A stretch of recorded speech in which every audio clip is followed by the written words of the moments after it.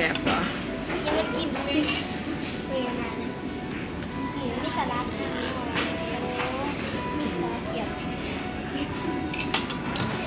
ถ้าสีเราตั้งแต่สีเรามาชิมพิซซ่าหนายังนี่แหละลืมนะ อาหารทะเล ทะเลชิมเด้อ แซ่บป่ะ อ้าว เขาจบคลิปได้มาเนี่ย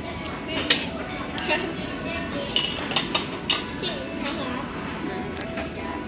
เขาจบคลิปเนี่ย อันนี้เขาคิดว่าสลัดที่ ของโปรดเนาะสลัดเนี่ยนะ